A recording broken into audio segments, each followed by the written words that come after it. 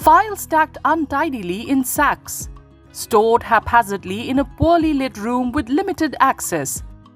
This is the image that often comes to mind when we think of record rooms in government offices.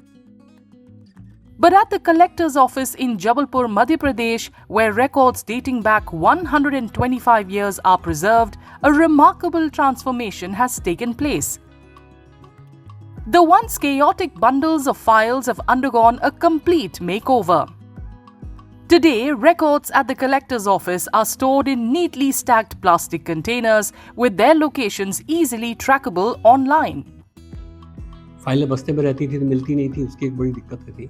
उसको हमने एक बहुत conventional तरीके से change किया, बस्ते को शिफ्ट किया प्लास्टिक के बॉक्स में और जितनी फाइलें हैं उनको एक प्लास्टिक के रैपर में रख के बॉक्स के अंदर रख दिया। इसके बाद उस बॉक्स को जमाने के लिए हमने एक सिस्टम जमाया, रैक की नंबरिंग की, रैक के बाद सेल्फ की नंबरिंग की, सेल्फ के बाद बॉक्स की नंबरिंग की और बॉक्स के अंदर जितनी फाइलें हैं उनकी सीक्वेंसिंग की और एक छोटा सा सिंपल सा एक ऑनलाइन प्रोग्राम बना के उस प्रोग्राम में सारा रिकॉर्ड डाल दिया। अब इसका फ़ायदा ये हुआ है कि कोई भी रिकॉर्ड जो है उस रिकॉर्ड की लोकेशन आप बहुत आसानी से पता कर सकते हैं कि वो रिकॉर्ड कहाँ पे अवेलेबल है और हम पब्लिक पोर्टल पर डाल दिया तो पब्लिक भी देख सकती है कि उसका रिकॉर्ड कहाँ पे अवेलेबल है। In this air-conditioned room, people can now find their old documents within seconds without delay or confusion.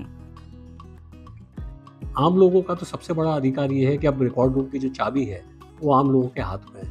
उनको पता है कि उनका रिकॉर्ड कहाँ है। ये बैंक के लॉकर सरी का सिस्टम हो गया है कि आपको मालूम है कि आपकी संपत्ति जो है किस नंबर के लॉकर में रखी हुई है, तो आपको पता है कि आपका जो रिकॉर्ड है किस नंबर की रैक में, किस नंबर की सेल्फ में और किस नंबर के बॉक्स में रखा हुआ है। मुझे लगता है आम लोगों के हाथ में ये सबसे बड़ा हथियार है, जो रिकॉर्ड रूम की चाबी है उनके हाथ में आ गई। With this transformation, Jabalpur has set a new benchmark in record management, preserving old documents and ensuring easy access for the general public.